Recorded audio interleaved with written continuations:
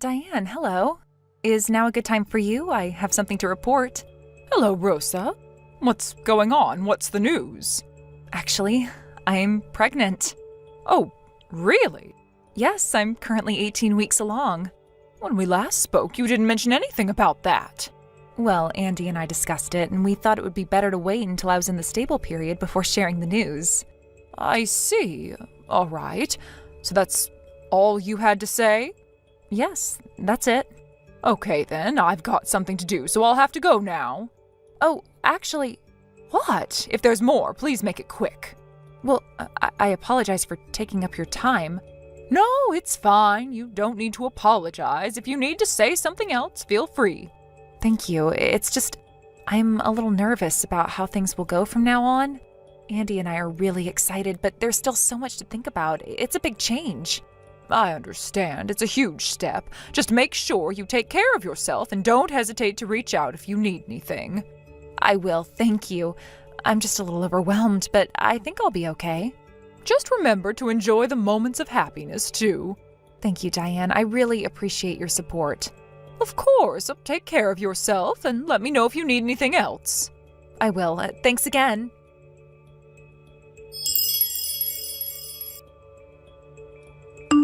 Andy, I told your mom about the pregnancy. Oh, really? What did she say? Well, that's the thing. What do you mean? What happened? How should I say it? It was more like her reaction was a bit flat, you know? The message didn't seem to convey much excitement or joy. It didn't really seem like she was happy about it.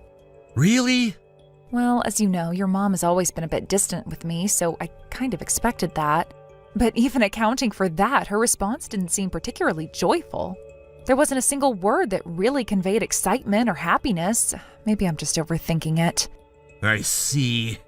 You know, for Dad and Mom, this is their first grandchild, and they seem to be looking forward to the birth of the baby, so I thought they'd be over the moon about it. I really thought they'd be thrilled. If I'd known it would turn out like this, I should have told them myself. I'm sorry, I should have handled it better. Hey, it's not your fault. Don't apologize. We've only talked through a message so far, and maybe it's just my perception of it. It could be nothing. Still, I'll reach out to Mom myself to check in. You just focus on taking care of yourself and the baby. Thanks, Andy. I really appreciate that. No problem. You're the one carrying the baby, so your health is the most important thing right now. I'll handle this side of things. Just take care of yourself and the little one. I will. Thank you.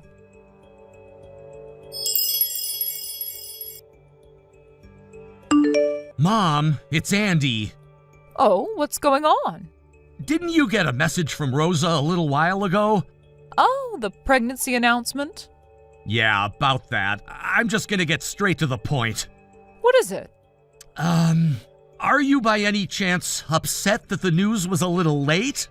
Huh? I mean, how should I say this? I saw that chat history between you and Rosa, and honestly, I got the feeling you weren't too thrilled about the whole thing. Oh, well, yeah. It's true that pregnancy is usually a joyous occasion, but this time it's a bit complicated. What do you mean by complicated? Well, you see, Erica still isn't pregnant. Erica? Why are you bringing her up now? Your dad and I talked about it, and we agreed that this time we'd let Erica go first. We need to ask Rosa to give up on this for now. What?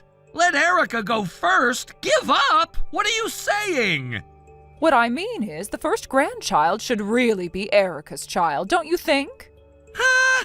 What? It's like a matter of seniority in the family, you know. It just feels off, to be honest, if the younger brother's child is born before the older sister's child. It just doesn't sit right, don't you agree?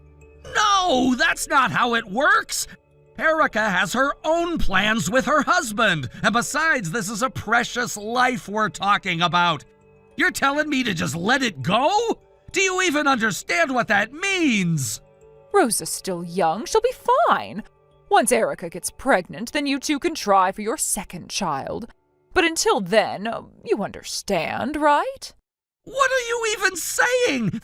This is about my child. It's my child, the child of my wife and me. Why are you making this all about Erica? Look, it's just that I'm sure you get it, right? The first grandchild for your dad and me should really come from our daughter, not from a daughter-in-law. When a child is born from a daughter, there's just a different kind of bond, a closeness we feel. And if that's the first grandchild, the joy is so much greater. What kind of reasoning is that? Are you serious right now? Oh, please try to understand where we're coming from.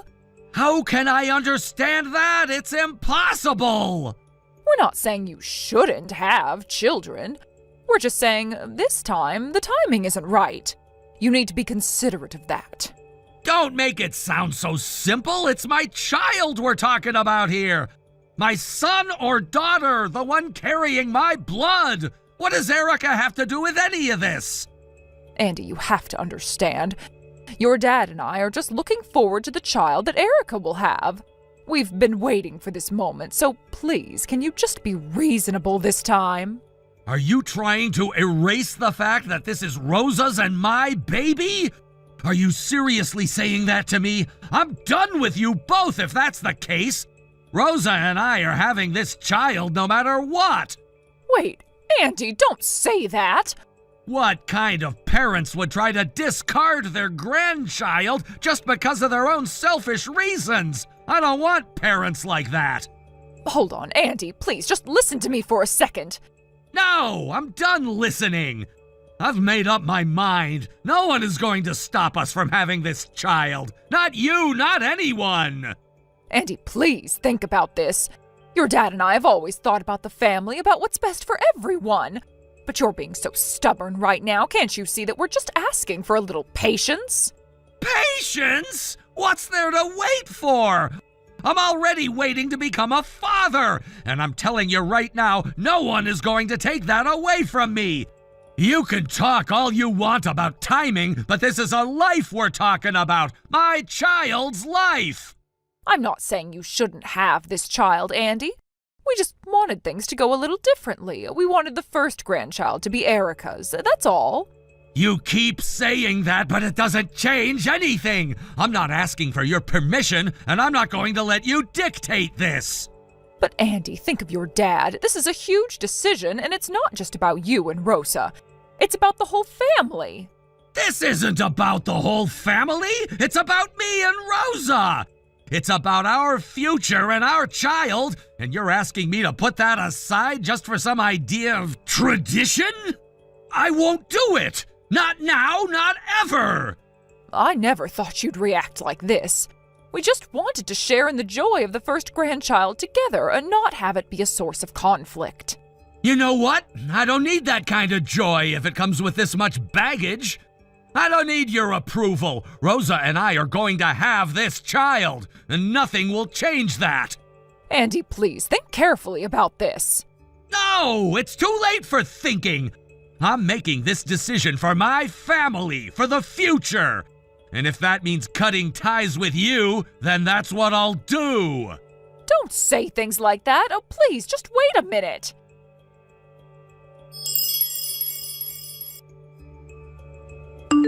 Andy, it's your mom.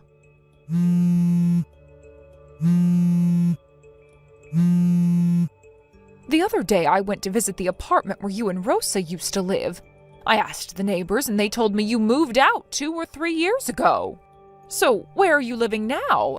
Oh, there's something important I need to talk to you about. Please respond.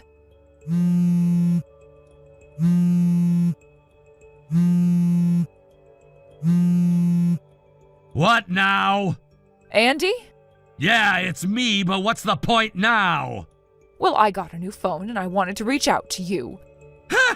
You're calling me for that? Yes, because there's something important I need to discuss with you. Please, just listen. What is it? Actually, Erica found out 2 years ago that she had a condition that made it impossible for her to have children. I didn't know until recently. When I asked about when we'd get our grandchild, she finally told me. So, what now? So, Andy, I'm asking you, the grandchild you're having, could you please give them to Erica to adopt? What? Don't you feel bad for Erica? She's always loved kids and she dreamed of having a big family when she got married. But in the end, she hasn't been able to have a single child. I know about Erica's condition. You think I didn't know? Oh, you knew, huh? Yeah, I've known. After I cut ties with you, I still kept in touch with Erica. So then you understand her pain, don't you? That child you're having, it'll be the first grandchild, right? You know, the first grandchild you wanted. Why not let it be adopted by Erica? I'm sure she'd be so happy.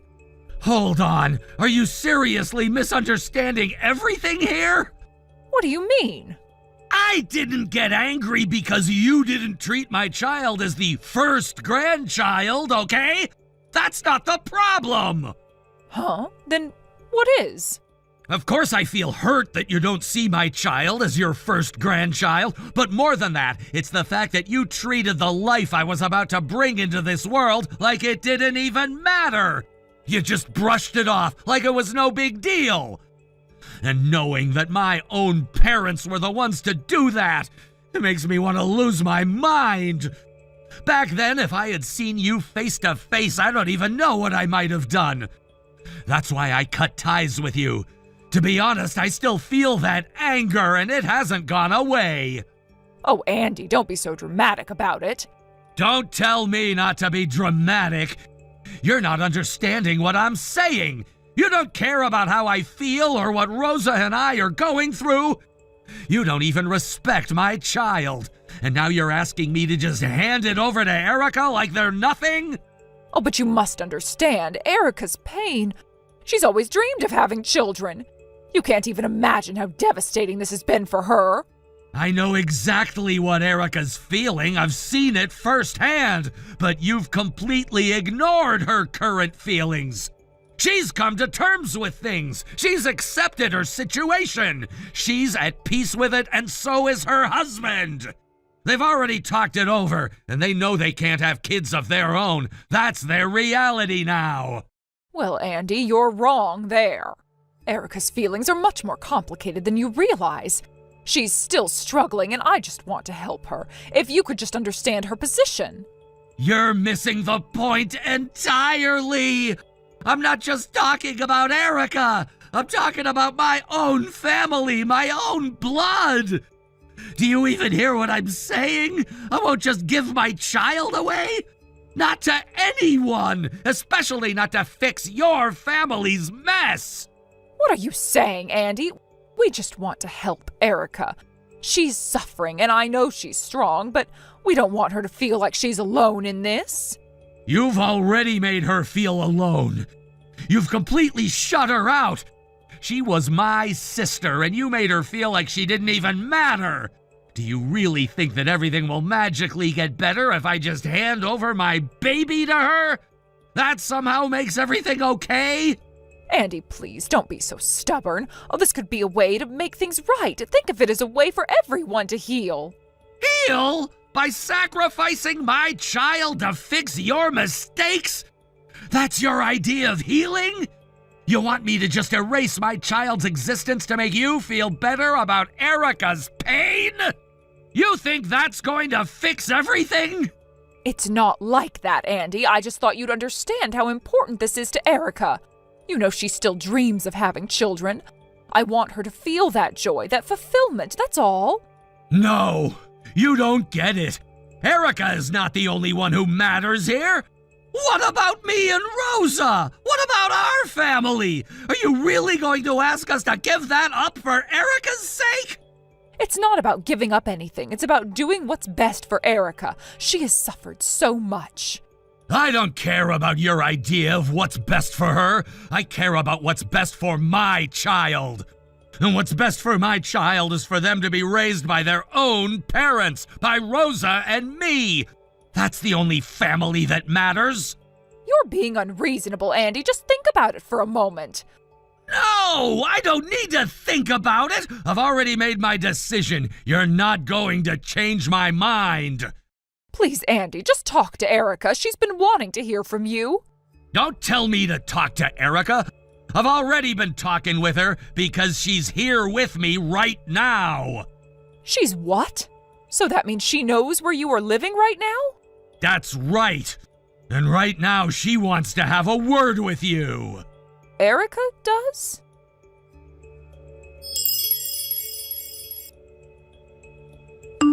Mom? Erica! If you knew about Andy's new address, you should have told me. That's not what we're talking about right now. I've been wondering why Andy hasn't come back to the family home, and I started to think it might have something to do with Rosa and you not getting along. In some ways, I was right, but now I finally understand why Andy didn't want to talk about it when I asked. You'd understand, right? After all, it makes sense that the first grandchild should come from the eldest child. Having a grandchild from your own daughter is just so much more meaningful. But Andy, well, he's a man, so he just doesn't get it. Don't assume anything.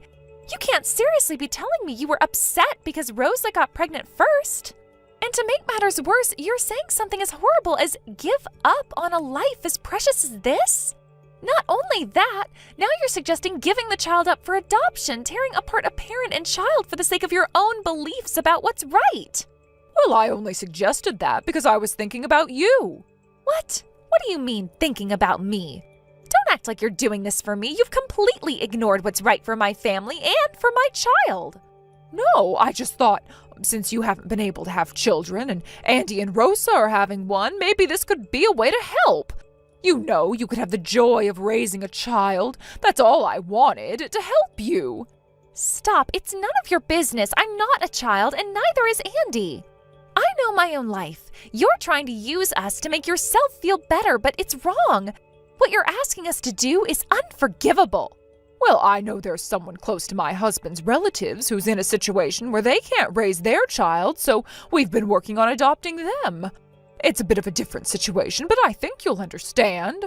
So what? Are you saying you'd be okay adopting Andy's child too, just like that? Well, if there's a reason Andy can't raise the child, I'd consider it. But honestly, both Andy and Rosa have become wonderful parents. Their child loves them so much, and I just don't see why they would have to be separated. And yet, you're still so willing to tear apart our family. You're completely ignoring the bond we have with our child. You can't just give away a child for your own peace of mind. You're not seeing the bigger picture. It's about bloodlines. If we're being honest, the child isn't really related to us. How can we call them our grandchild? What did you just say? Well, it's the truth. They're not really related to us by blood, so how could we consider them family in the way we should? Are you really my parents? Are you really the people who raised me? Well, what's wrong with that? This is how things should be. We can't just throw away traditions. You used to be different. You were never like this before. You didn't think this way, so why are you suddenly talking about tearing families apart over something as shallow as bloodlines? Erica, listen, I've been thinking. Maybe this is the only way to make everything work. I'm not trying to hurt you. I just want what's best for everyone. No, I'm not buying into this. Andy feels the same way, and I'm with him. I've made up my mind. I am cutting ties with you. What? What are you talking about? You're not going to change my mind. I am not going to let you tear apart my family any longer. The four of us, Andy, Rosa, the child, and I, we've decided to all cut ties with you. We're changing our phone numbers, and you won't get them. Erica, please don't do this. I just want what's best for everyone. Why can't you see that? Because what's best for everyone isn't what you think it is. You've lost sight of what really matters, and I won't stand for it anymore. Well then, I guess we'll have to do this the hard way. You don't want to listen to reason, but I'm not going to give up. And I'll just suggest you move in with us. You, Andy, Rosa, and the child. That way we can all live under one roof and you won't have to worry about anything. What? You think that will solve everything? That suddenly we can just fix all of this by living together? No, this isn't a fairy tale, Mom. You can't force things like this. I'm doing this because I want you to be happy. I want you to experience the joy of being a mother, and I am willing to do whatever it takes. This isn't about me. This is about you trying to control everything. I'm done. Erica, please, just talk to me. I don't want to lose you. Then stop trying to control my life. Stop trying to tear my family apart. Goodbye.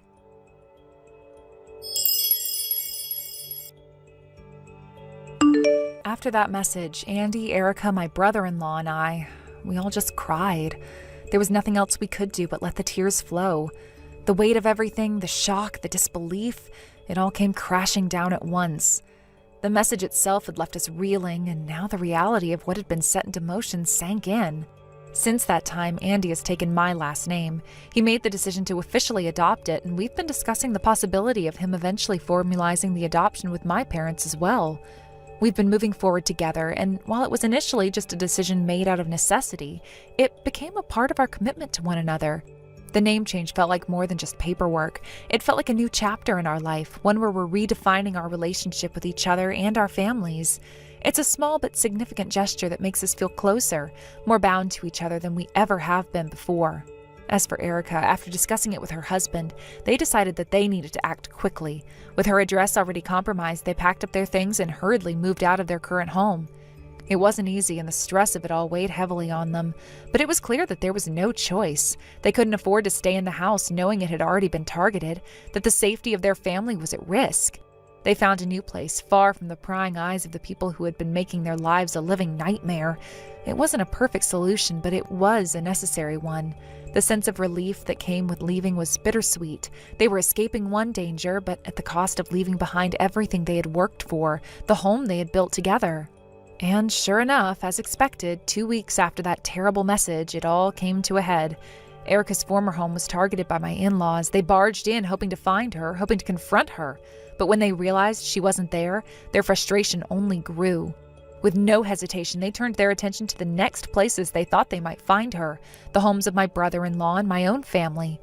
They showed up unannounced, demanding to know where Erica had gone and why she was hiding. It was as if they had believed that they had the right to track her down, to control her every move. However, both my brother-in-law's family and my own knew the truth. We had all been fully aware of the situation by that point, and while we had tried to remain calm and reasonable, the actions of my in-laws had pushed us to the edge. When they arrived at our homes demanding answers, the reception they received was far from welcoming. We stood our ground, refusing to let them intimidate us, refusing to let them manipulate us into revealing anything. My family and my brother-in-law's family were steadfast, standing together united in the decision to protect Erica, to shield her from whatever plans they thought they could carry out. I will never forget the look on my in-laws' faces when they realized that we weren't going to budge. It was as though a switch had been flipped and all the anger and frustration they had been bottling up finally exploded. But instead of finding the answers they were looking for, they only found more resistance. My brother-in-law's family and my own were like walls, blocking them from getting any further. We turned them away, no matter how much they begged or demanded. The look of shock on their faces was something I will never forget. It was as if they couldn't believe they had been denied, that the control they thought they had over us was slipping through their fingers. But we were done playing their games. We weren't going to let them dictate our lives anymore. It wasn't long before word spread. The details of what had happened, the truth about what they had tried to do, began circulating. It wasn't just a matter of our families knowing the full story. Soon, people in the community started to learn what had really been going on. It didn't take long for the whispers to start. People began to notice the sudden isolation of my in-laws, the way they kept to themselves, avoiding contact with everyone. It was obvious that something had shifted. The comfortable, confident image they had projected for years had been shattered, and now they were left with nothing but the judgment of their neighbors and the quiet whispers behind their backs. From what I've heard, my in-laws are now living a much smaller life. They've retreated into the shadows, trying to avoid any further attention. The weight of the situation has settled on them heavily, and while they may have thought they could get away with their actions, the reality has been far different. They're not the same people they once were, and the people around them are no longer as willing to turn a blind eye. It's almost as if the universe itself is holding them accountable in ways they never imagined. They're no longer seen in the same way by those around them. Their once powerful presence has been reduced to something almost unrecognizable. The people who once admired them now look at them with suspicion, with disdain, and they can't hide from it. It's as though the truth of what they've done is inescapable, and no matter how hard they try to ignore it, they can't avoid the consequences of their actions. They've become isolated, their world shrinking around them as the people they once knew begin to keep their distance. Thank you for watching and listening. We hope you enjoyed the video. Don't forget to like this video and subscribe. Also, feel free to leave a comment about what you thought of the story. We look forward to seeing you at the next story.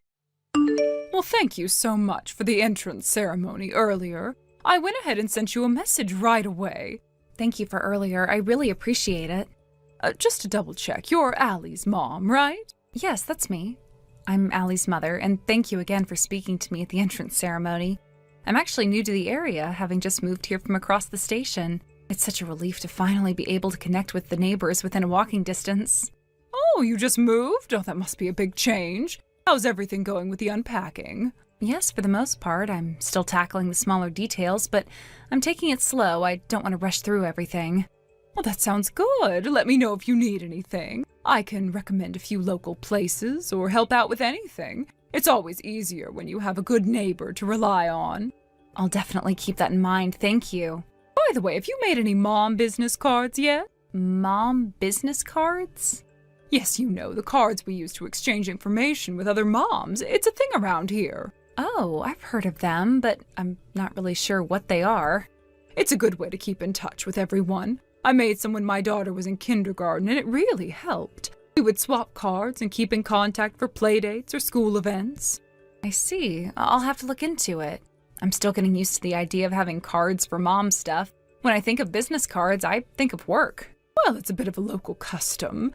I'm sure it'll make things easier when you get to know the other moms here. Oh, I see. So you think it's pretty common around here? Well, definitely. Most people here do it, especially if you're new to the area.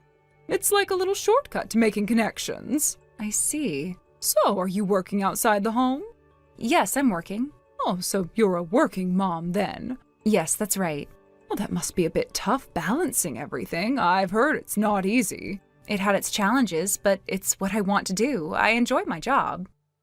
But I'm guessing it's because your husband doesn't make enough to cover everything, right? I know it can be tough with just one income. My husband makes good money, so I don't have to worry about working. I can focus on the kids and other things. I understand. It's good that things are working out for you.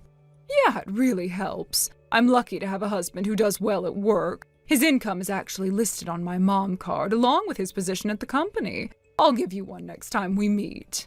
Wait, you put your husband's salary and job details on the card? Yeah, that's how it is. It's not unusual here. You see, it helps us decide how we relate to each other. You know, we get a better sense of who people are and what they're about. I see. That's an interesting approach. It's just the way things are done, and it helps smooth things over. Right, I see now. Thank you for explaining. Well, no problem. Oh, I've just remembered. I've got a dinner appointment in a bit. Oh, I have to run out too. I need to pick up dinner ingredients. What are you making? Well, since it's a celebration for Allie starting kindergarten, we're having her favorite, hamburgers. Oh, that sounds great. It's nice to make a special meal for your kids. Yes, it's a simple but meaningful celebration. Well, my family's going all out tonight. We're having a French dinner at a fancy restaurant. Oh, that sounds lovely. It must be nice to have such a luxurious dinner. It's a treat for sure. Anyway, I should get ready for it. Yes, I should start getting dinner together too. It was nice talking to you. We should stay in touch. Definitely. Take care.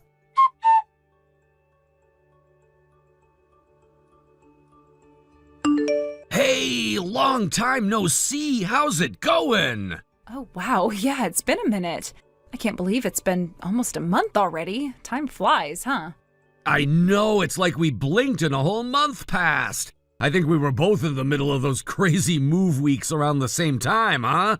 Totally. It's been a blur. But it feels good to finally get everything settled. How's it going for you now? Have you gotten settled in at the new place? Yeah, more or less. Still unpacking some stuff, but I'm definitely starting to feel at home. How about you? How's it been for you and Allie? It's been all right. I finally finished unpacking all the boxes, so I guess we're kind of there now. But honestly, the move wasn't all that dramatic. We just moved to the new apartment on the other side of the station. So it's not like we're in a completely different area or anything. That sounds pretty chill then. Not much to adjust to, huh? Exactly. It's a relief, honestly. The move was pretty straightforward, but, it's always nice to get everything in order. Finally getting back into a routine. Anyway, how did Allie's entrance ceremony go today? You were looking forward to it, right? Yeah, it went well. Allie seemed pretty excited, and the best part is she already has made a couple of friends. So that was a nice surprise. It's always a bit nerve-wracking when they start something new, but I'm glad it's going smoothly. Oh, that's awesome. It must feel like a weight off your shoulders seeing her settling in so quickly. Definitely. I mean, it's just the start, right? But I'm glad she's off to a good beginning. Did you get to meet any other parents today? Yeah, I had a few opportunities to chat with some of the moms. I exchanged contact details with a couple of them, so looks like I'll gradually be getting to know them better. Hopefully I can make some solid connections over time. That's great. It's always nice to have a network, especially with the school stuff. If you can make some good mom friends, it makes everything feel easier. I agree, I'm hoping for that. But honestly, there's something that happened today that I wasn't expecting. Oh? What happened? Something go wrong? Well, yeah, I got hit with a little power play right off the bat. Wait, really? Already? That sounds intense. Who hit you with that? It was this mom, Ellie. She seemed fine at first, but as soon as she found out that I work, she just assumed our income must be low. I mean, she didn't even ask. She just kind of assumed. What? That's crazy. She just assumed things about you like that? Yeah, it's a bit wild, but it gets worse. She asked if I made a mom business card yet and told me I should include my husband's workplace and his salary on it. Can you believe that? Wait, a mom business card? And you have to put your husband's salary on it? That's insane! Yeah, I thought the same thing. It was like she was trying to size us up based on financial status. She made it sound like it was a must-have. That's so bizarre! Did she actually say that? You have to include all that personal stuff? Yeah, exactly. She was acting like it was normal. I had to look it up online after the conversation just to figure out if I missed something. Turns out you don't really need to go that far. It's not a requirement at all. Wow, I'm glad you looked it up and figured it out. I mean, no one should be making assumptions about your situation like that. Honestly, I was a little taken aback. It felt uncomfortable.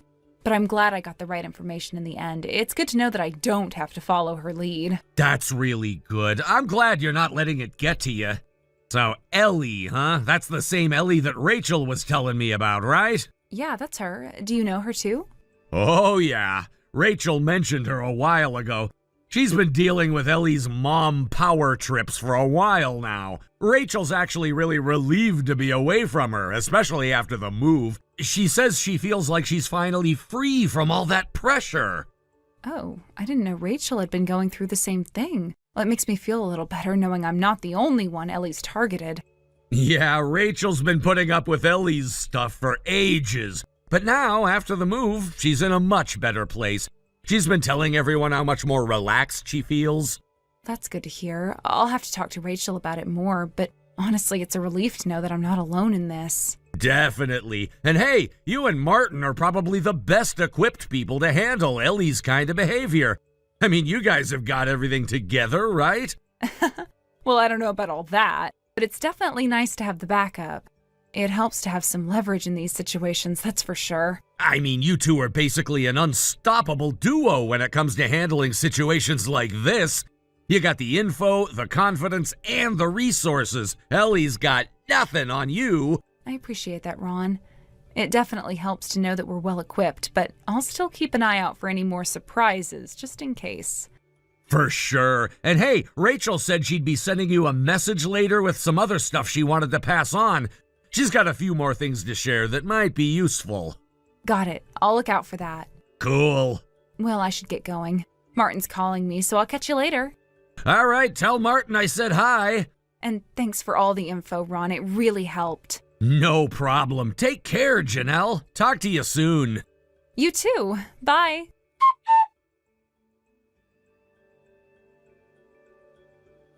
Good evening, Janelle. Good evening, Ellie. How are you today? I'm doing well, thank you. I just wanted to say thank you for exchanging your mommy business card with me today. I really appreciate it. It's always nice to meet someone who takes these things seriously, don't you think? Oh, of course. It was my pleasure, really. I think it's great that we're all trying to connect more and build a strong network. Yes, exactly, and that's why I have to bring up something important. I couldn't help but notice a slight detail when I looked at your card. I mean, it's a lovely card, don't get me wrong, but there was something missing. Missing? What do you mean? Well, there's no mention of your husband's workplace or his annual income. It's an important detail for me to know, especially in our little circles, don't you think? Oh, I see. Well, after we exchanged cards, I did some thinking and did a little research of my own. I came to the conclusion that I didn't really need to put his details on the card. It didn't feel necessary. I didn't want to overshare information that's not really relevant to our interactions. Oh, I see. Oh, I didn't expect that response, to be honest. You know, many moms I've met have felt the same way, but I have to say I understand why you leave that information off. It's a touchy subject for some, especially when it comes to their husband's earnings. Let's be real, if your husband's salary isn't particularly impressive, some people might not want to share that information. Yes, that's true. But I don't think income should define the value of a person or their family. It's just not something I feel the need to highlight. Oh, darling, you're so sweet, but let me tell you something. That's not how things work in the real world, especially among people like us. There's a certain image we must maintain, and income plays a huge role in that. It's just how things are. You'll learn that as you meet more people in these circles, trust me. I understand your perspective, Ellie, but I'd rather not live my life based on what others expect of me. I have my own principles, and I don't want to be measured solely by my husband's paycheck. I see. Well, we can certainly agree to disagree on that. I think it's just a matter of priorities, right? Some people value their privacy and principles, and others, like me, understand the importance of making connections through financial status and influence. But enough of that, I'm sure we can still get along, even if our views don't entirely align. So I've been thinking, we should get together for an event, just the moms, a little tea party, maybe?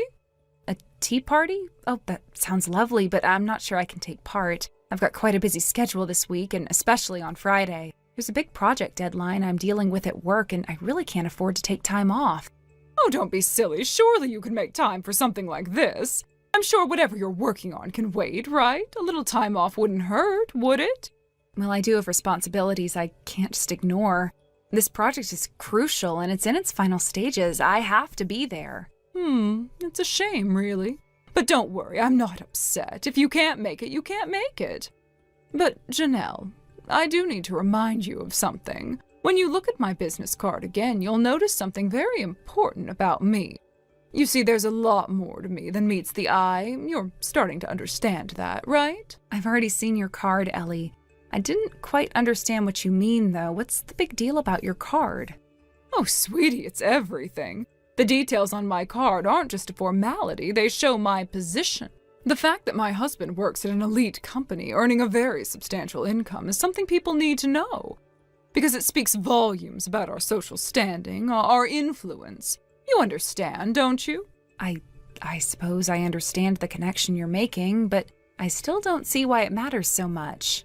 We're all just people, aren't we? Why should our value be tied to our income? Oh, Janelle. Sweetheart, it's not just about being people. It's about understanding your place in society. You think this is just about you and me being friends, don't you? But no, it's about knowing your role and how you fit into the bigger picture. My husband's earnings are much higher than your husband's. That's just a fact. We're above you in social standing. But because I'm generous, I'm willing to extend my friendship to you. As a favor, it's my choice, you see. That doesn't seem very fair. Or even like real friendship. If you're only offering your company based on income disparity, then it's not genuine. Oh, I see. You're still struggling to understand, aren't you? Well, let me be blunt. My family's income is in the stratosphere compared to yours. We're wealthy, Janelle. I don't know if you've noticed, but my lifestyle, my connections, they're far beyond what you experience in your day-to-day life. You're just an average person, and you have to accept that. And because I'm generous, I'm willing to spend time with someone like you. But in exchange, you'll do what I ask. You'll play the part of a grateful, subservient friend. You're asking too much, Ellie. I won't be treated like that. Oh, don't be difficult. I'm giving you an opportunity here. If you don't appreciate it, well, that's on you. But know this. If you ever cross me, if you keep resisting, I'll make sure you feel the consequences. You might lose your place here among people who matter. Your whole life could change, Janelle. You could even find yourself without friends, without the respect of those who matter. People like me, we have ways of making things happen. You can't afford to anger someone like me. That's an empty threat, Ellie. I won't let you control me with fear. Is that so? Let's see how long that defiance lasts. You think you can just stand up to me without any consequences? People in our circle know how to make things uncomfortable. But let's not talk about that just yet. You've got a lot to think about. I've already made up my mind, but before we go any further, I have a question. You mentioned your husband works for a certain company, and I've seen the name on your card, but I need to confirm something. What is it? Spit it out. The company your husband works for, it's actually my business partner's company. We've worked with them for years. They're one of my company's biggest clients. What? Are you serious? You're telling me that company? No. That can't be right. How could you possibly have a connection to them? Yes, it's true. I didn't know your husband worked there, though. I guess this changes things a bit, doesn't it? Wait a minute. This is unexpected. You've got connections there too? But I've been the one flaunting this. You haven't been holding out on me, have you? No, I wasn't hiding anything. I just never thought it mattered, Ellie. But now I see that things aren't as simple as I thought. We both have ties to the same people, and it seems that now things might be a bit more, equal between us. Oh, wait, I suppose I haven't properly introduced myself either. I'm a freelance web designer. Huh? You're not just a part-timer? Don't tell me you're scraping by with a tiny paycheck. Well, I make a decent living, thank you. And about the General Affairs Manager title on my card, you see, I've met the person holding that position, and it wasn't someone named Ellie. I haven't heard anything about that position changing either. Oh, about that. Just to be sure, I asked my husband as well. He confirmed to me the Ellie Johnson you mentioned doesn't seem to be the one associated with that role either. Your husband? Yes, actually, my husband works at the same company as yours. Wait, what? Yes, he's the head of human resources. Head of HR? But wait, how old are you? Me? I'm 35. Wait, your husband is about the same age, right? But to become a department head at such a young age, it's not like that's something that happens overnight, is it? You trying to take a position like that, pretending to be something you're not, it's utterly shameless. How could you try to pull a fast one like that lying through your teeth? But we have a 17-year age difference. If you don't believe me, you can ask my husband. His name is Martin Saunders. Wait, what? Martin Saunders? Are you telling me that Martin Saunders is your husband? Yes, that's right. I don't believe this. You've been lying this whole time. Actually, no, there's no need for all the accusations. It's all been the truth. But your husband, he's been working in the factory department, right? Just a regular employee. Isn't that what you said? Well... So why the lie? Why put a fake title on your business card like that? Does your husband even know about it? Janelle, please. Yes, Ellie, what is it now? I'm begging you, please don't let this get out. Please, I'll do anything you ask. Anything, I promise. Well, I don't plan to make a huge public scandal of this, but... Thank you so much. But, Ellie, it seems that quite a few people already know about this. Well, apparently your husband sometimes picks up the kids from the school in his company-issued work clothes. And not just any work clothes, the ones from the factory. The ones with the company name on them. What? How do you know that? I haven't even done the school run for a while. Oh, Rachel told me. Rachel? You know Rachel, right? The one who moved here after her husband's transfer. She's Amber's mom. Allie's mom? Wait a second. Rachel is... Yep. Rachel's actually my brother's wife. Funny how things work out, right? Wait. So Rachel already knew all of this? Well, it wasn't so much that she knew directly. It's just that she didn't feel the need to put her husband's info on her business card either. She didn't want to make a fuss, and honestly, she had no reason to. You see, Rachel's situation is different. Her husband isn't wealthy either, but it was never an issue. So you're saying this whole time, everyone has just been pretending they didn't notice? Oh, not really. It's just that most of us know better than to engage in petty fights over things like this. We're grown-ups. We can tell the difference between a sincere person and someone just trying to climb the social ladder. Rachel and the others saw right through it, and they just let it go. They didn't engage with the deception. But Ellie, here's the thing. If your husband is working in the factory department and you're handing out cards with made-up titles, I'm afraid you'll have to deal with the consequences. You can't go around lying about your social status and think that nothing will happen.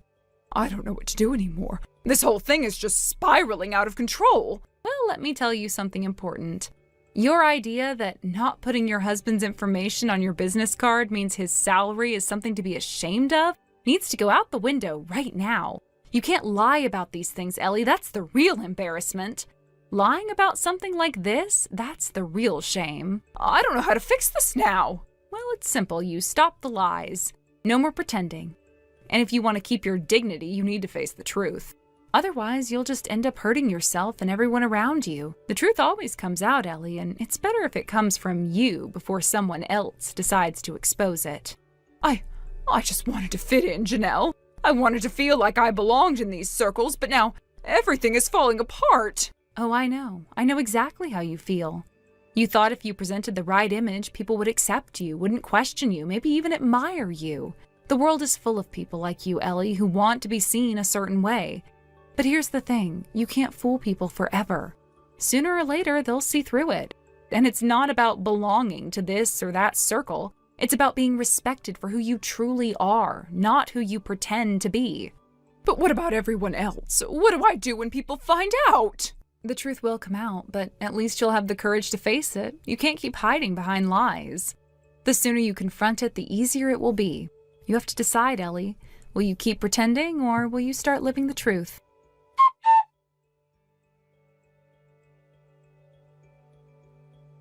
Ellie's husband apparently didn't know about the mom business card situation. When he found out, he was absolutely stunned. He couldn't believe it. It turned his world upside down.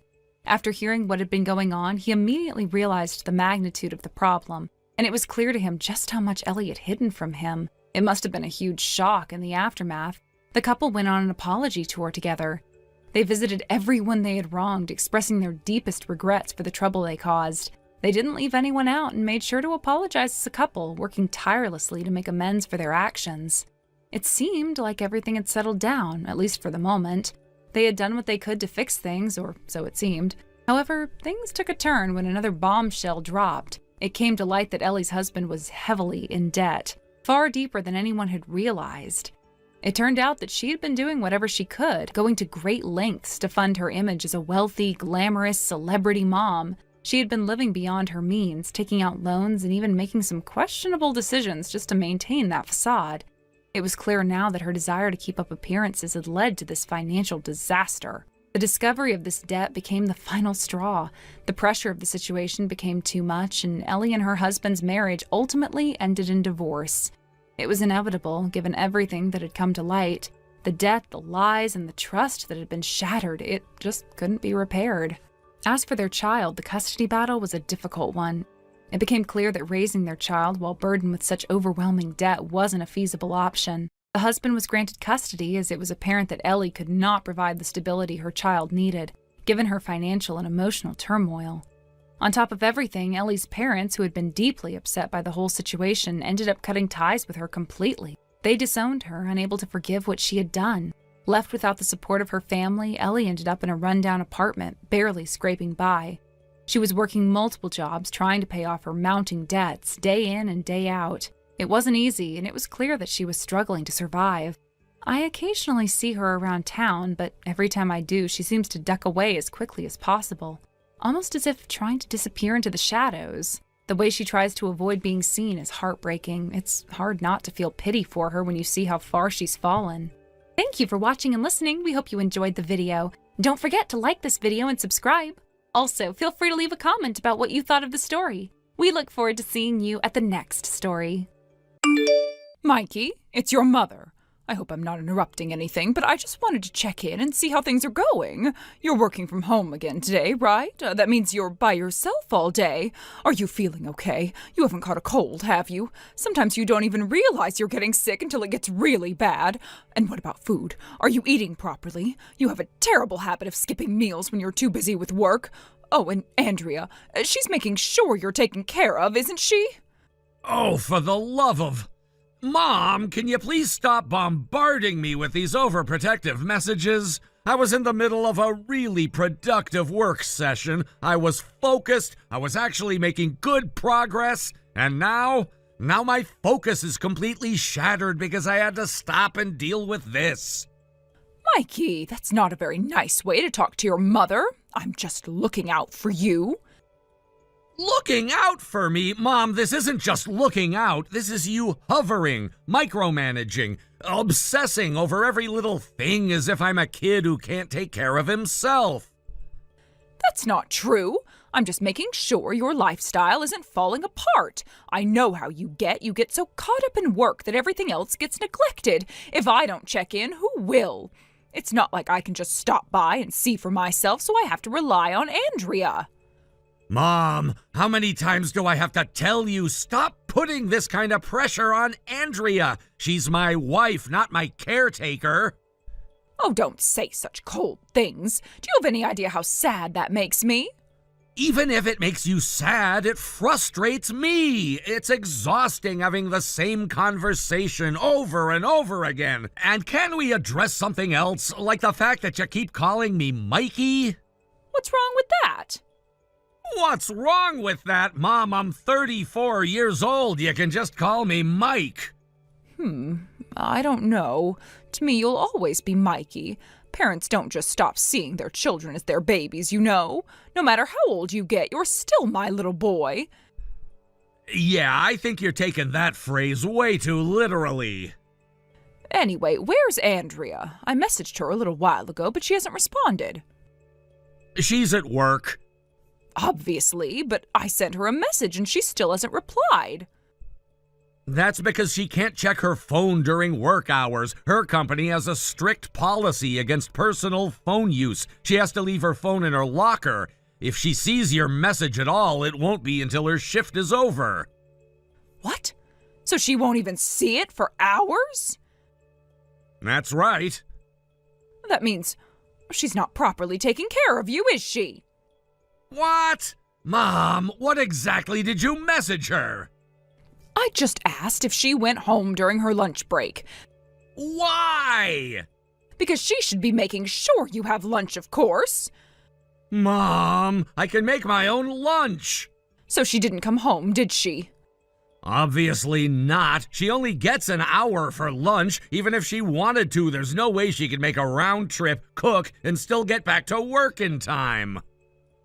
Oh my goodness, Andrea works that far away?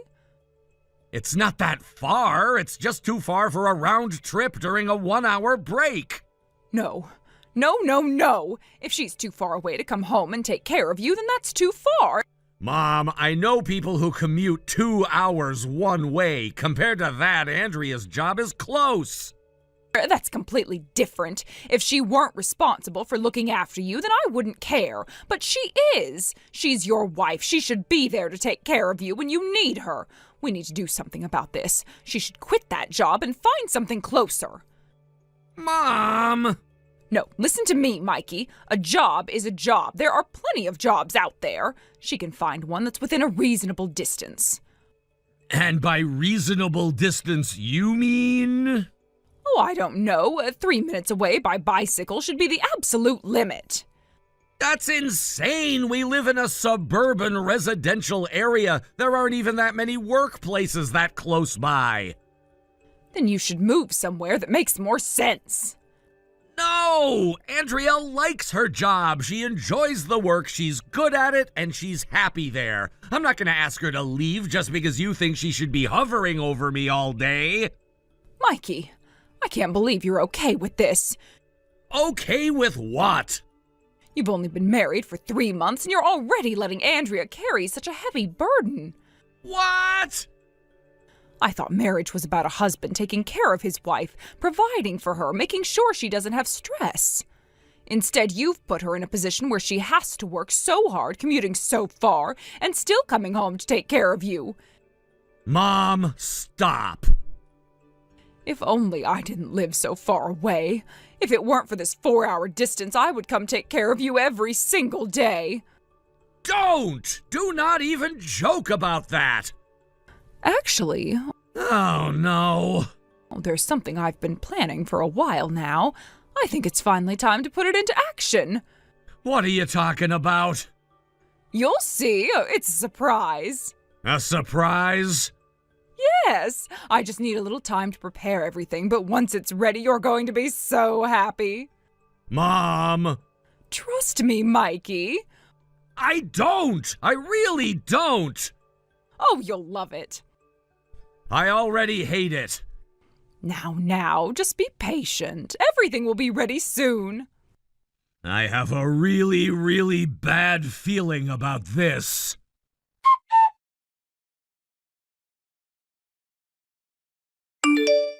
Andrea? Hey, just a heads up. Pretty sure my mom sent you another one of her clingy, overbearing messages. As always, feel free to ignore it.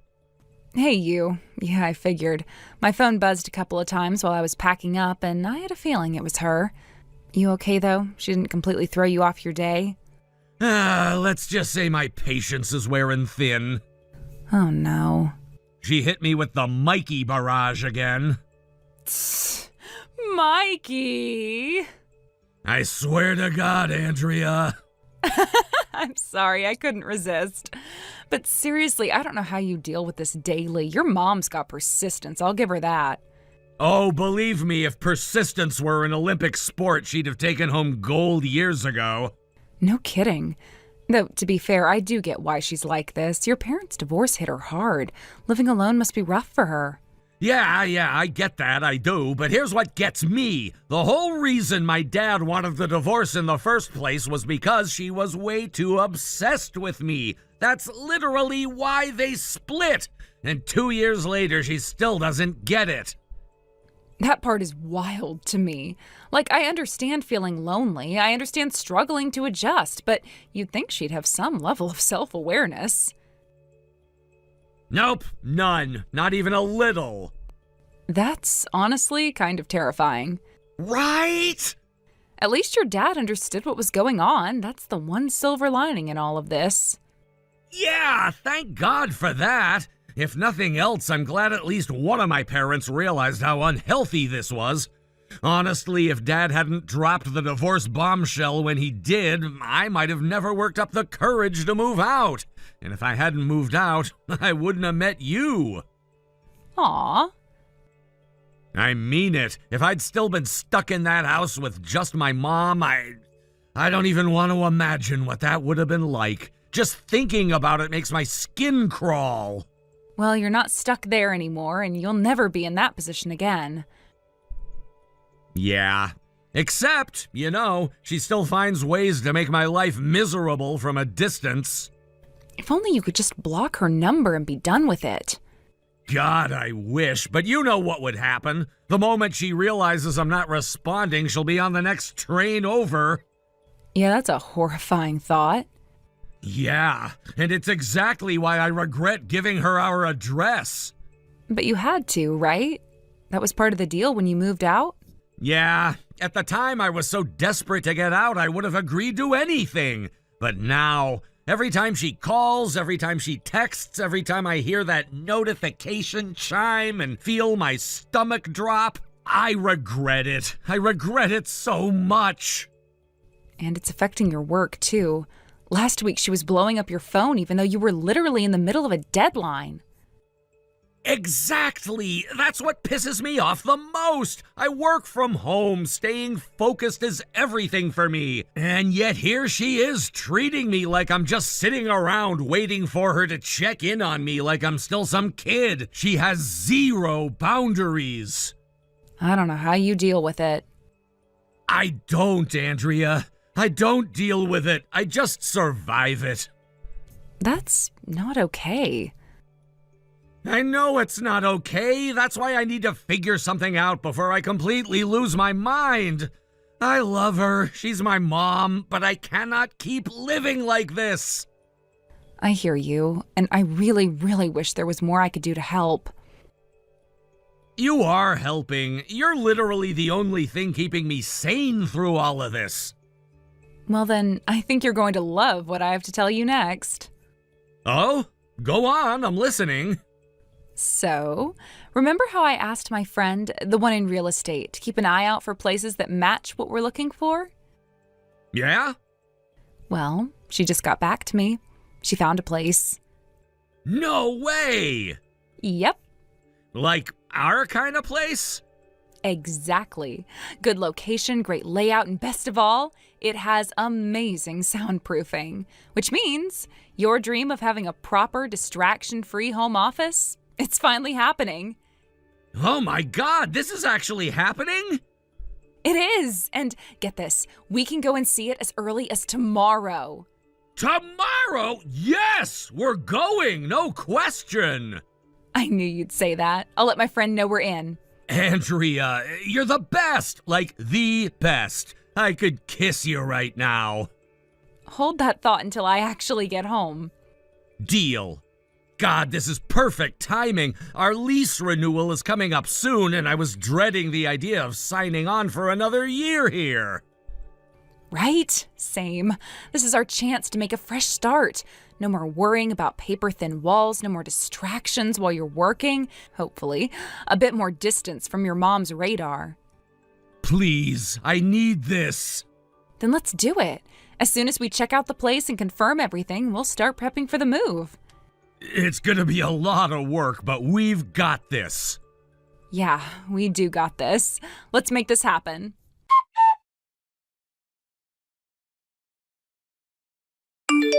Mikey, it's your mother. I'll be arriving there soon. Oh, and if you're busy, you don't have to reply. There's no need. Because from now on, we'll be together all the time. Isn't that wonderful? Mikey, are you home? I just arrived and the door was unlocked. Did you forget to lock it, or did you simply leave it open by mistake? I didn't want to barge in on you, but I thought maybe I could surprise you with something today. But now it feels like I've thrown everything off. I expected to walk in and find you both here enjoying a quiet Sunday, but no one's around. I thought you'd be spending time together, but maybe I misjudged that. Well, if you're not home, that's fine. I'll just go ahead and handle things here. Don't worry about me, Mikey. Just keep doing what you're doing. Don't feel like you have to rush back. I'm just here to look after things, and it's no trouble at all. Wait, Mom, what's going on? Oh, Mikey, I didn't mean to startle you. It's just, I thought you might want to know. I've just brought some of my things in. I managed to get a friend to help me unload everything. I've started moving in just a little. I didn't want to overwhelm you, but I thought this might be the best time. What? What do you mean you brought your things here? Yes, Mikey, I thought it would be nice to be closer. You've been through so much, and I know how tough it's been for you. I thought that if I was here, it might help. I've been thinking about how hard it's been, how much you've been struggling, and I couldn't just sit by and do nothing. I want to help, Mikey. Help? By moving in without asking me? I didn't want to come in uninvited, but I thought if I were here, I could take care of things for you. I could make sure you're all right, keep things in order. You know, like I always have. I can't bear to think of you suffering in silence when I'm here, and I can take care of it all. Look, Mikey, I know I've been a little overbearing in the past, but I just want to be there for you. I didn't ask for this, Mom. You can't just move in whenever you feel like it. But Mikey, this is what I've always done for you, right?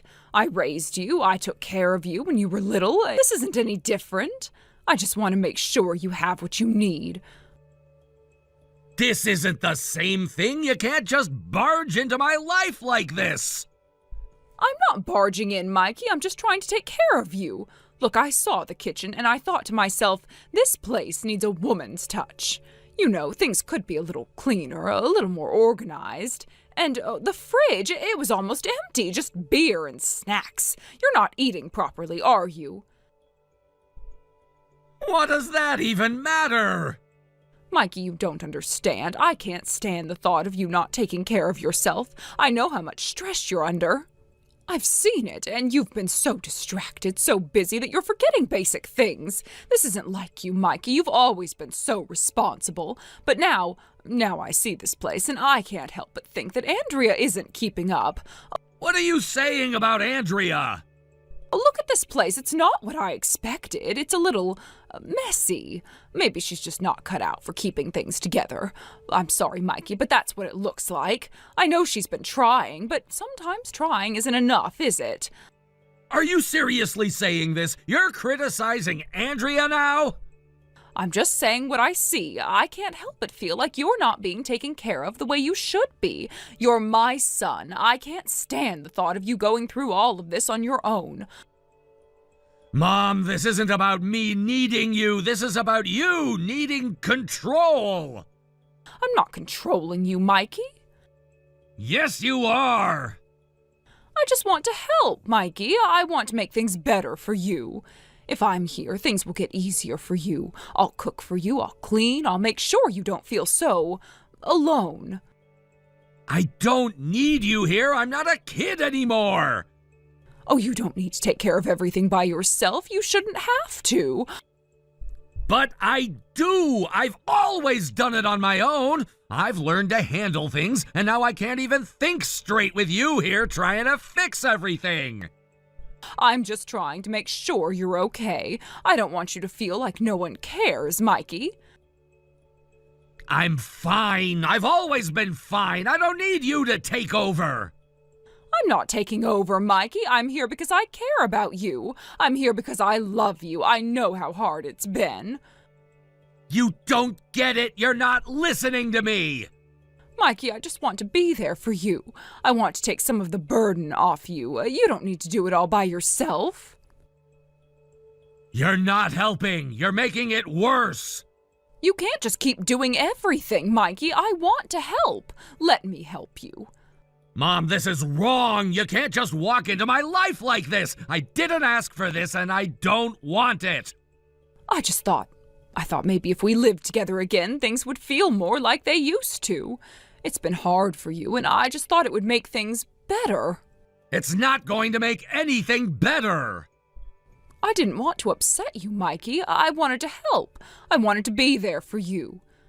By moving in without asking, without even telling me? I thought it would be a good surprise. It's not a surprise, Mom. It's a violation. You can't just take over. Mikey, please, I just want to be there. I just want to help. Well, I don't want your help. I don't need it. Mikey, please, I don't want to lose you. I can't stand the thought of you being unhappy. You're not losing me. You're just pushing me away. I'm not trying to push you away, Mikey. I don't know what to do anymore. I can't stand seeing you struggle, and I thought I could fix it. You can't fix it. You can't fix me, and you can't fix my life. I just want to be there, Mikey. Please, I'm sorry if I've hurt you. You have. You've hurt me so much, and I can't keep letting you do this. I need to have my own life, Mom. I need to have my own space, my own boundaries. But, Mikey, we're family. Don't you want us to be together? Not like this, Mom. I need to move on. I need to build my own life. Mikey, please. I'm sorry. I didn't mean to hurt you. I can't do this anymore, Mom. I need to be away from you. No, Mikey, please. Goodbye, Mom. Mikey, no. I can't keep doing this. I can't keep pretending that everything's okay when you keep overstepping. Mikey, please, I love you. Don't leave me. It's over, Mom. I can't take it anymore. Goodbye. Mikey?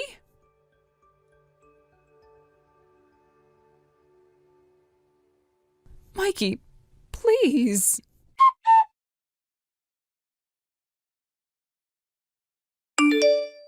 I left the matter to the landlord to handle.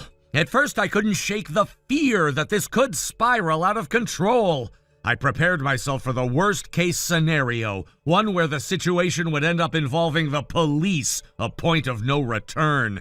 It's a terrifying thought that things could get so bad that the authorities would have to step in. I braced myself, knowing I might have no choice but to face whatever consequences would come from this turmoil. But when the time came, when I wasn't there to intervene, it seems my mother realized, perhaps for the first time, the gravity of the situation. The tension was building, and she must have seen how quickly things could spiral beyond repair. Maybe it was the sheer weight of it all, of everything that had been left unsaid, unresolved, that pushed her to the point where she knew she had to step back. She must have understood on some level that it would only get worse if she kept trying to manipulate the situation or avoid the truth. So, without any further drama, she did something unexpected. She apologized. It wasn't a perfect apology, of course. It wasn't one that magically fixed everything or erased all the pain. But it was sincere, at least from her side. And that simple act seemed to diffuse the tension that had been building. There was no police involvement, no further escalation. My mother, for the first time in a long while, seemed to be owning up to something. It was a quiet moment of reckoning, but one that allowed the situation to come to a close, at least temporarily. But things didn't end there, not by a long shot. Immediately after that, it seems my mother sought out my uncle, her older brother. It's clear she turned to him for help, hoping that he could smooth things over, help her navigate the mess she had created. I can't say for certain what exactly they discussed, but when my uncle showed me the conversation history, it was hard to ignore the look on his face. His initial reaction was one of disbelief, even disgust. He couldn't believe what had unfolded. It wasn't just that he was upset. It was as though he was physically sickened by what he read. The details were beyond his comprehension. How could it have gone so far? How could things have unraveled this badly? I could see the shock and frustration in his eyes as he processed everything. But over time, after a lot of back and forth, he came to a reluctant understanding. He didn't like it, but he finally saw why I had done what I did, why I had chosen to distance myself. He couldn't change the past, and neither could I. But at least, after all the pain and confusion, there was a level of acceptance that eventually came. The reality, though, is that none of us could change the past. It was done. And what followed was a decision that felt both inevitable and tragic. My mother was going to move into the annex, the small separate living space on our property. The idea was that she could live there on her own, away from the chaos of the main house. It was a temporary solution, though. It wasn't long before we all agreed that the next step would be for her to eventually move into a nursing home. It wasn't something we were happy about, but it was the only option left. After everything that had happened, it didn't seem like she was capable of living independently anymore. But that decision came with a heavy emotional toll. I don't think anyone could have predicted how much it would affect my mother. When she finally understood the extent of what had happened, when she realized how far things had fallen, it was as if a switch flipped inside her. The woman who had once been so full of life, so vibrant and active, suddenly seemed to age in an instant. She seemed to collapse inward emotionally, as if the weight of her choices had finally caught up with her. It's strange, because before all of this, I had never imagined her in this light. She was always so strong, so confident, never one to let things get to her. But now, watching her wither away emotionally, it's hard to reconcile that image of her with the person she's become. I hear that she spends most of her days in the annex now, in the solitude of her own room. It's as if she's become a shell of her former self. I'm told she often sits in the corner of the room staring at a photo of me. Maybe she's looking at it, trying to hold on to some piece of the past, trying to make sense of everything that led to this moment. I don't know what goes on in her mind, but I can't help but think that she's trapped in a cycle of regret. She's there, but not really there. She's physically present, but emotionally distant. It's like she's stuck in a moment of frozen time, unable to move forward, unable to let go of the past. There's a part of me that feels sorry for her, but there's also a part of me that's angry. Angry at how things turned out, angry that we got to this point in the first place. How could it have come to this? Why did it take this much for her to finally realize what she had done, the pain she had caused? I know she's not a bad person. She's my mother, after all. But the choices she made, the way she pushed me away, the way she disregarded everything I tried to build for myself, it all adds up. And I can't help but wonder if this was always the path she was going to take.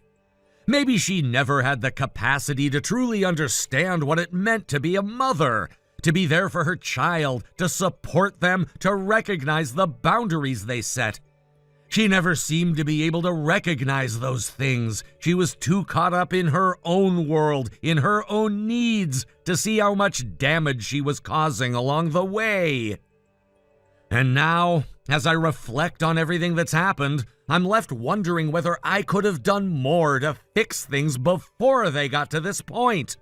Maybe if I had said something sooner or done something differently, things could have turned out better. But the more I think about it, the more I realize that this was inevitable. There was no way to go back, no way to fix it. And that realization that we've both been trapped in this cycle for so long is almost as painful as the events themselves. My uncle once told me that sometimes even the strongest family bonds can break, and when they do, they can never be fully repaired. It's a harsh truth, but it's one that I've come to understand all too well. He was right. We've reached a point where there's no going back. My mother and I are too different now. The person I knew, the person I once called my mother, is gone. And in her place is someone who doesn't even recognize herself, let alone me. I think about the future, and I'm not sure what it holds for either of us. I can't predict where this journey will take me or where it will take her. But one thing is certain. Everything has changed. There's no going back to the way things were. The distance between us now is permanent. A chasm that can never be bridged no matter how hard we try. And as much as I wish things had turned out differently, I know that we both have to face the consequences of our actions. The pain, the regret, it's all a part of the process. But in the end, I don't know if there will ever be a way to heal from this. Perhaps time will offer some form of healing, but some wounds, I suspect, run too deep to ever truly mend. Luke, answer me. Hello? Are you seriously ignoring me right now? Hurry up and respond already. Oh, it's you, Celeste. Took you long enough. I've been waiting forever. What, were you just staring at your phone and ignoring me on purpose? No, I wasn't. I'm still at work. This is my break. I told you before, I'm not allowed to use my phone during work hours. Maybe try using a little common sense before throwing a tantrum? Look at you, acting all self-important like you're some big deal or something. You're just a useless brother. Don't act like you're better than me. What do you want? Money. Give me some. What, again? Didn't I just give you your allowance 2 days ago? Yeah, and that's already gone. I bought the bag I wanted, so now I need more. You used up all of it already? Celeste, I give you $500 a month. That's more than enough for a high schooler. How the hell do you burn through that in 2 days? Easily. I saw the bag, I wanted it, I bought it. That's how shopping works, Luke. That's not how budgeting works. You need to be smarter with your money. Oh my God, spare me the lecture. You're seriously trying to act like a responsible adult? That's hilarious. You of all people don't get to talk down to me. I'm not talking down to you. I'm telling you to stop asking me for money like I'm an ATM. You can't just come running to me every time you blow through your allowance. Yeah, I can. That's literally what you're here for. Listen, Luke, you do remember why you're even allowed to live in our house, right? Mom and Dad made it very clear. If you want to stay, you have to contribute. That was the deal. I already pay $1,500 a month just to live there. Do you seriously think I can afford to give you more on top of that? Duh, you've still got, $300-400 left? That's just sitting there, right? So just give it to me. That's my money. I need it for my own expenses. That's not my problem. Just hand it over. Mom and Dad said I should ask you for it anyway. Of course they did. They said that since we're being so generous, letting you stay, the least you could do is be grateful and help out more. So come on, stop being difficult and just give me the money. Generous? You call charging me $1,500 a month to sleep in a room I grew up in generous? I barely even live there. I buy my own food, my own stuff. I take care of myself. You all don't treat me like family. You treat me like a tenant. And now I'm supposed to be grateful? Ugh, there you go again. You always act like we're actually related or something. We are related. Not in any way that matters. Just because we share some DNA doesn't mean you get to pretend to be my brother. Mom and Dad don't see you as family, and neither do I. Right, of course you don't. Honestly, you should be thanking us for even letting you stay. You're lucky we haven't kicked you out already. Know your place, loser. You finished? Whatever. You're so annoying. Yeah, well, you don't have to worry about me being in your way. I've got a night shift tonight, so I won't be coming home. What?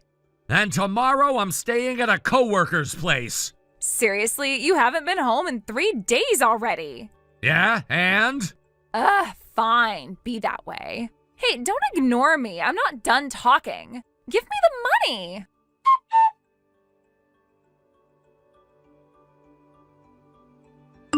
Sonia, have you already left the house? Luke, good morning. Morning. I'm at the bus stop now, waiting for my ride to work. How about you? Are you already home?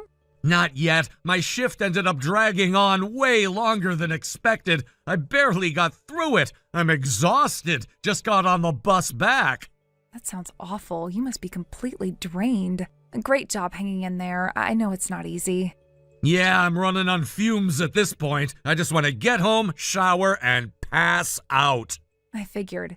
That's why I made sure to cook something before I left. It's in the fridge, so when you get home, just heat it up, okay? Oh, and don't even think about sleeping on the couch again. Use the bed. You need proper rest. You really didn't have to do all that. I feel bad that you're always taking care of me. Luke, come on. You don't have to feel guilty about anything. I'm your girlfriend. Taking care of you is the most natural thing in the world to me. Besides, you've done so much for me already. I wouldn't be where I am without you. What are you talking about? You got where you are because of your own hard work. Maybe, but you helped. You gave me advice, taught me the ropes, and always had my back when I was struggling. If it weren't for you, I don't think I ever would have made it from a part-time worker to a full-time employee. So if someone like you, someone I love, is struggling, then of course I'll do whatever I can to help. Sonia. No arguments. Just eat and rest, okay? All right, thanks. I mean it. It really helps. By the way, can I ask you something? Yeah, what is it? Did Celeste try to ask you for money again? How did you know? My little brother saw her at the mall yesterday.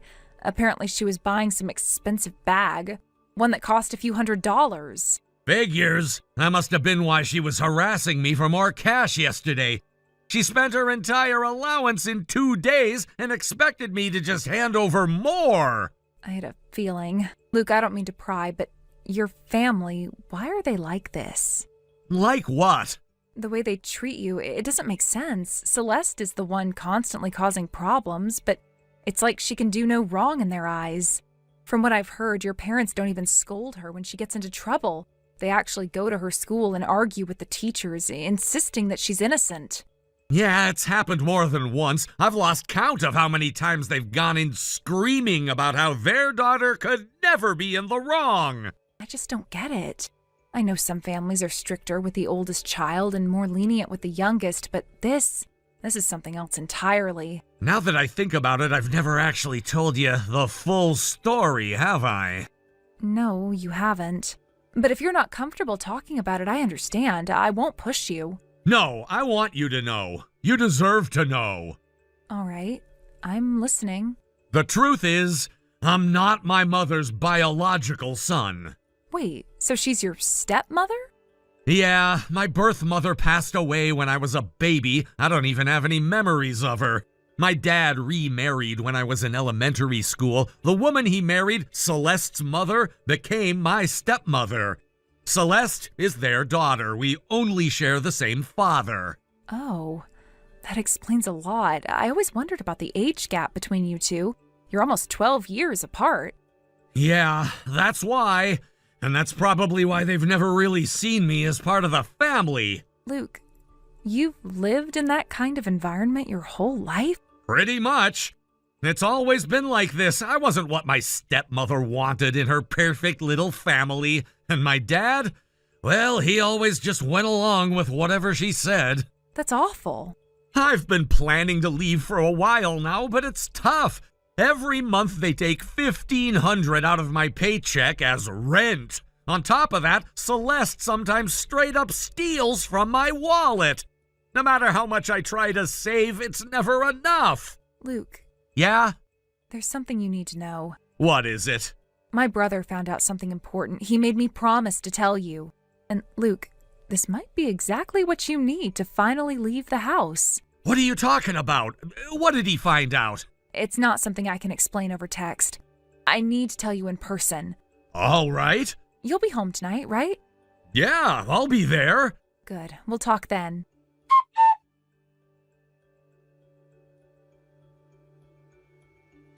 Hey, Trash, give me some money. Celeste? Again?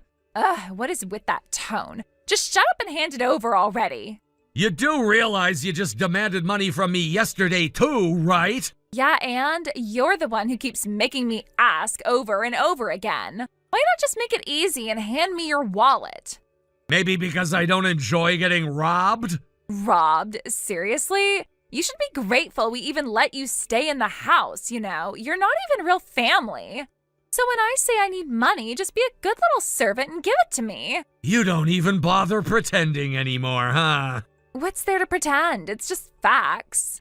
Your whole life belongs to us. You work for Mom, Dad, and me. So if I take a little from you, it's just part of the deal. Celeste, you might want to worry about something else right now. What now? You keep saying weird stuff today. Just give me the money already. Ah, so you really don't know yet. The hell is that supposed to mean? Don't get all smug just because you think you know something. Quit stalling and hand it over. You're beyond saving, you know that? Excuse me? If anyone's beyond saving, it's you. Your life is a joke. Watching you scrape by, barely keeping yourself together, is the best entertainment I have. So make sure to keep suffering, okay? Don't get boring on me now. Wow, you really are rotten to the core. Rotten? Whatever. Now stop dragging this out. Here, take a look at this. What's this supposed to be? Some stupid trick? Wait, is that Mom? And who the hell is that guy? That's her affair partner. What? One of my friend's younger brothers goes to your school. He saw them together while walking home from work. What? No way.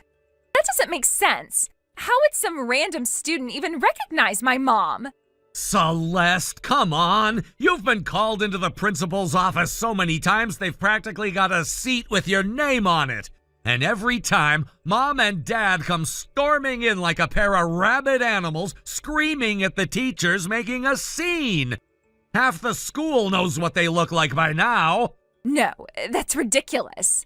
And then there she was, strolling down the street wrapped around some guy's arm, kissing him like they were teenagers sneaking around behind their parents' backs. So yeah, my friend's brother took a picture. This is fake. You're lying. You're trying to screw with me. Wow, this is actually hilarious. You think Dad found it funny? Because he sure didn't.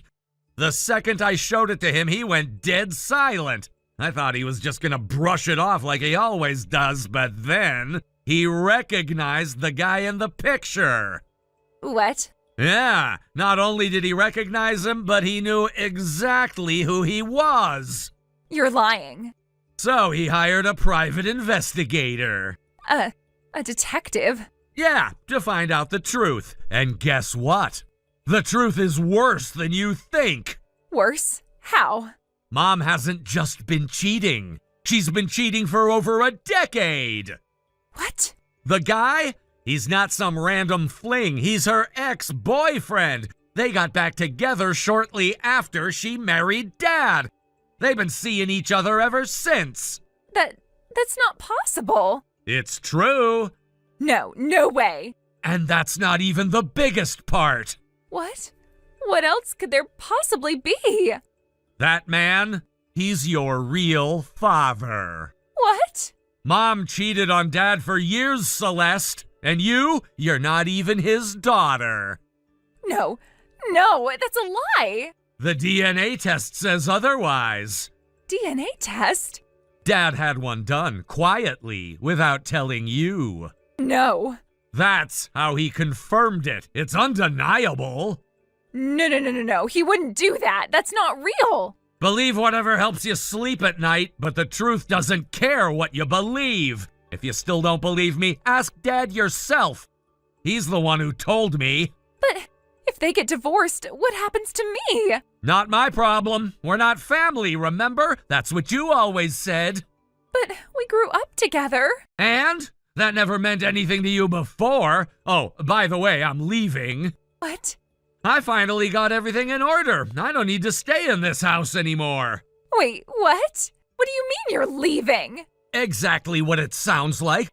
I don't owe you or your parents anything anymore, so I'm done. No more money, no more free rides, no more me. Wait, no, you can't just... I already moved my stuff out. When? Didn't take long. I never really had that much to begin with. No, wait. What am I supposed to do if you leave? Not my problem. Luke, wait. I didn't mean... No, you meant every word. So congratulations, you finally got what you wanted. Enjoy your new life, Celeste. Goodbye.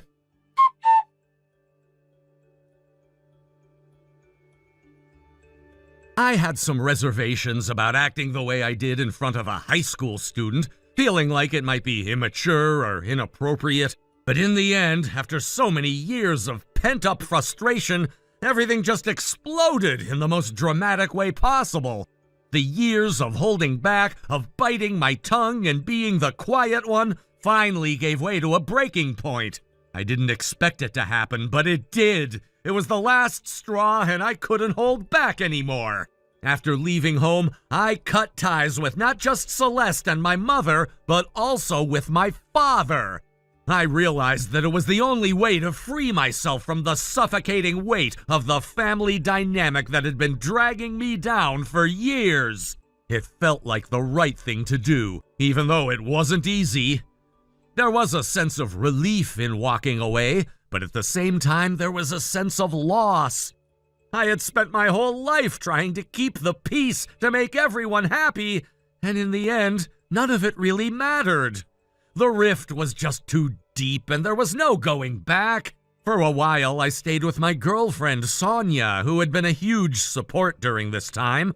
She offered me a place to stay, and I moved into her apartment. It wasn't ideal, and it wasn't what I had planned for myself, but it was a temporary solution. We talked about the future and made plans to find a bigger place once we both settled down more. I knew that this wasn't where I'd be forever, but it was enough for the time being. Sonia's support meant the world to me during this time. She was patient, understanding, and gave me the space I needed to sort through everything. As for Celeste, things have only gotten worse. After our parents' divorce, the financial strain hit hard. Celeste's tuition fees became too much for my mother to cover, and she had to drop out of high school. It was a blow to her, no doubt, but it was something she had to face. I could see how hard it was for her, and it broke my heart. Celeste had always been someone who strived to do well, and to see her dream of finishing high school taken away so suddenly was devastating. In addition to that, her relationship with our mother, already strained, took a nosedive after my mother moved in with her affair partner. The tension between them only grew as my mother's priorities shifted, and the emotional distance became impossible to ignore. The whole situation was toxic, and Celeste didn't deserve to be stuck in the middle of it. But because of the circumstances and her age, she didn't have much of a choice. She had no financial support from anyone else, so she was forced to continue living with my mother and her new partner. There was no other option, no other place for her to go, even though she clearly wasn't happy with how things were turning out. Living under the same roof with her mother and her new lover was like living in a constant state of tension for Celeste. She felt like an outsider in her own home, and no matter how hard she tried to fit in, the situation was suffocating. It was the reality of living in a broken home where everyone was trying to make do with the scraps they had left. She didn't feel like she belonged, and I could feel that deep sense of alienation whenever I spoke to her. She had become more withdrawn, more resigned, as though she had given up on ever finding peace in that environment. And yet, despite everything, she didn't have much of a choice. With no other family members to rely on and no way of supporting herself, she had to stay in that uncomfortable situation. There was no escaping it, at least not in the way she wanted. Her situation was so difficult, so unfair, that it made me feel helpless. I couldn't fix things for her, and no matter how much I wanted to, I knew that she had to find her own way out. It wasn't my place to step in and solve everything. As much as I wanted to take her away from all of that, I knew that she needed to find her own strength. As for me, I was determined to keep moving forward, to build a new life for myself with Sonia.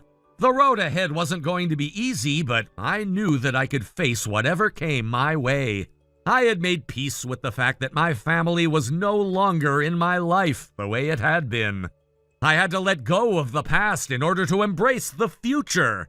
And no matter how difficult that future might be, I was ready to face it head on with the support of the people who truly mattered to me. Thank you for watching and listening. We hope you enjoyed the video. Don't forget to like this video and subscribe. Also, feel free to leave a comment about what you thought of the story. We look forward to seeing you at the next story. Thank you for watching. Please subscribe and hit the like button. See you next time.